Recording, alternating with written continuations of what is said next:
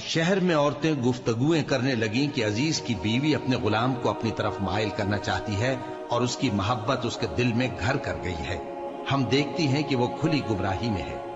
फिर जब जुलेखा ने उन औरतों की गुफ्तगू जो हकीकत में दीदार यूसुफ के लिए एक चाल थी सुनी, तो उनके पास दावत का पैगाम भेजा और उनके लिए एक महफिल मुरत्तब की और फल तराशने के लिए हर एक को एक एक छुरी दी और यूसुफ से कहा कि उनके सामने आओ।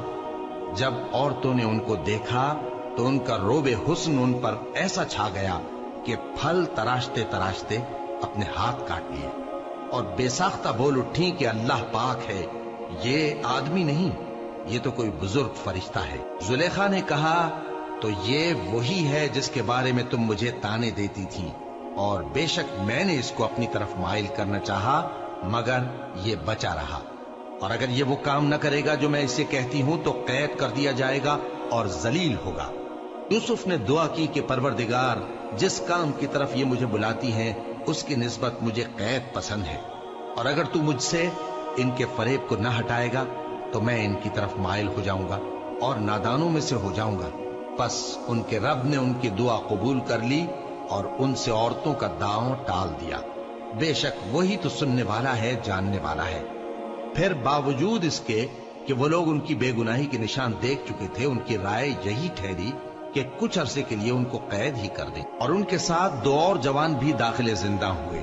एक ने उनमें से कहा कि मैंने ख्वाब देखा है, देखता क्या हूं कि शराब के लिए अंगूर निचोड़ रहा हूं। दूसरे ने कहा कि मैंने भी ख्वाब देखा है, मैं ये देखता हूं कि अपने सर पर रोटियां उठाए हुए हूं और परिंदे उनमें से खा रहे हैं, तो हमें इनकी ताबीर बता दीजिए कि हम तुम्हें नेकुकार देखते हैं।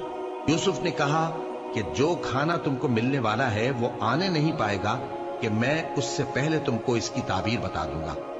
ये उन बातों में से है जो मेरे परवरदिगार ने मुझे सिखाई हैं। जो लोग अल्लाह पर ईमान नहीं लाते और आखिरत का इनकार करते हैं, मैंने उनका मजहब छोड़ दिया है और मैं अपने बाप दादा इब्राहिम और इसहाक और याकूब के मजहब पर चलता हूं।